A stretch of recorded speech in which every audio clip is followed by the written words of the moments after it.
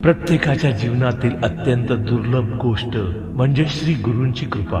सहसा श्री गुरुकृपा प्राप्त होत नाही. अनंत जन्माचे पुण्य उदयाला आल्यावरच श्री गुरूंची कृपा प्राप्त होते.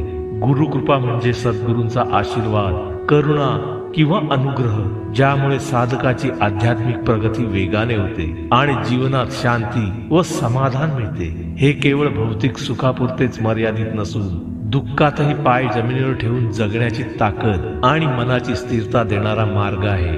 गुरु म्हणजे अंधकार दूर करणारे आणि कृपा म्हणजे अनुग्रह.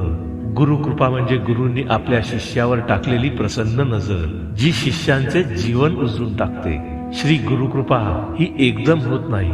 त्यात पण गुरुकृपेचे प्रमुख दोन भाग आहेत: साधारण गुरुकृपा आणि असाधारण गुरुकृपा.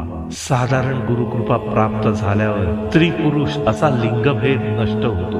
वृत्ती बालकाप्रमाणे निर्मळ होतात. पाप जळून जाते. स्वकर्तृत्वाचा अभिमान नष्ट होतो. मन काचेसारखे स्वच्छ होते. काम, क्रोध, मत्सर, द्वेष अंतःकरणात राहत नाही. वासना जळून भस्म होतात. विकार नष्ट होतात. मन विशाल बनते. शरीर शक्ती गळून जाते. ज्ञानाचा उदय होतो. अहंकाराचा समूळ नाश होतो. अंगी दैवत्व येते.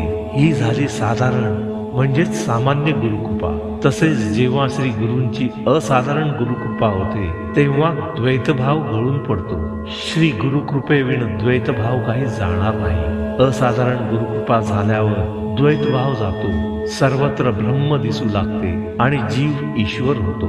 जेव्हा गुरु संकल्प करतात की शिष्याची उन्नती व्हावी, तेव्हाच खरी प्रगती होते. यालाच गुरुकृपा योग म्हणतात, जो आत्म्याला ईश्वराशी जोडतो.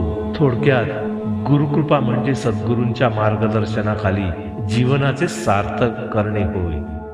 अवधूत चिंतन श्री गुरुदेव